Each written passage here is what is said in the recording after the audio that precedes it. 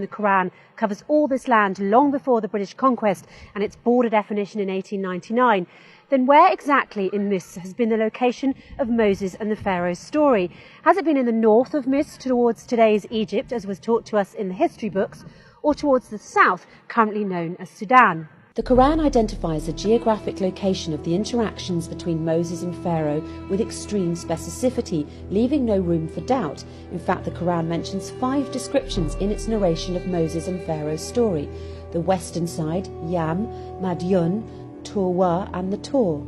The western side, the first location identified by the Quran, is where Moses learned from God that the confrontation with Pharaoh and his army is over.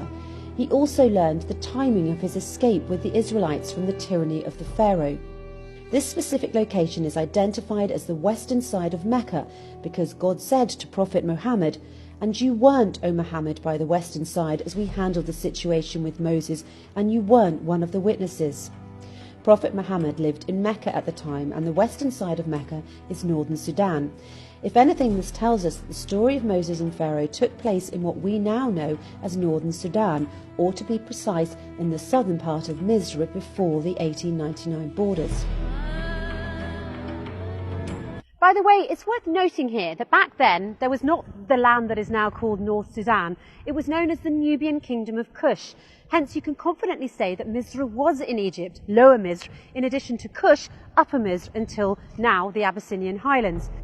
Kush was the home of people of dark skin called the Kushites, who built a strong civilization economically, politically and spiritually. In fact, the people of Kush built around 300 pyramids compared to the 60 pyramids built in Lower Misr, Egypt. There were always disputes between Upper and Lower Misr about who would rule Misr as a whole, and indeed the Nubian Kush or Upper Misr succeeded sometimes in ruling Misr as a whole. Eventually, the Lower Misr, Egypt, succeeded afterwards to control the reign of Misr as a whole. And since the story of Moses and the Pharaoh took place in the current north of Sudan, or in a more accurate description, at the southern part of Misr before the border division took place in 1899.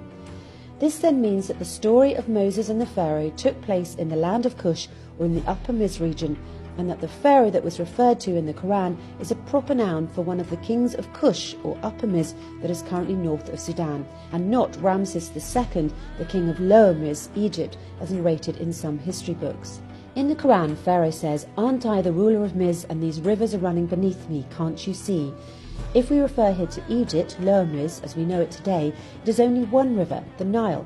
Nevertheless, the Quran is referring to Upper Misr, which has many rivers. This again implies that the story of Moses and Pharaoh took